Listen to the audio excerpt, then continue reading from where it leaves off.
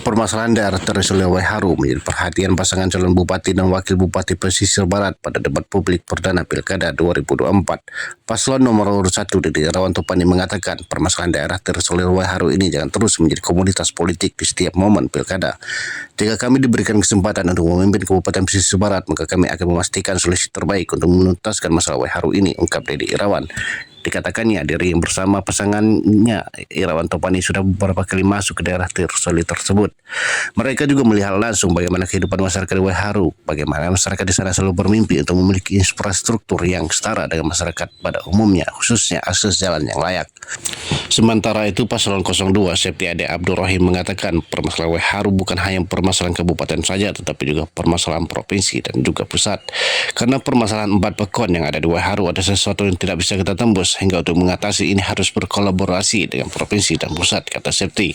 Sedangkan Paslon 03 Lingga Kusuma Erlina mengatakan persoalan Waiharu sangat mudah diselesaikan asal memiliki kemampuan. Waiharu tentu kami sudah berusaha mengunjungi, bahkan sudah berkomunikasi dengan 4 pekon yang ada di Waiharu, bahkan kami sampai ke daerah pekon di pemekahan yang ada di bagian daerah Tambling di Kabupaten kami, dan kami pastikan menjadi tanggung jawab kami sebagai pemimpin kepala daerah yang akan datang untuk membangun infrastruktur yang menuju jalan ke Waiharu dan jalan-jalan yang ada di lingkar antara desa di empat pekon yang ada di Waiharu nanti. Kita harus duduk bersama, antara ada kolaborasi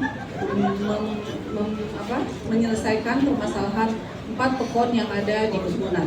Kita tidak bisa hanya menyalahkan kabupaten saja, pihak kabupaten saja.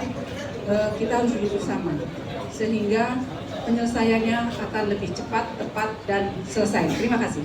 Soalan sudah kita petakan, jawabannya sudah kita masukkan dalam visi misi dan program prioritas maupun program unggulan.